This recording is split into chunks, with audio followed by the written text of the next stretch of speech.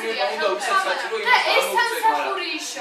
მაგრამ მეორე მომენტიც არის ხავსი ადამიანები მორალური არა.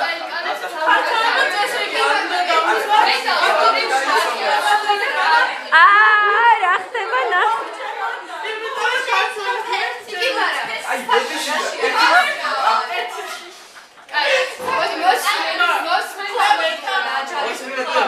მოусმინეთ ერთმანეთს.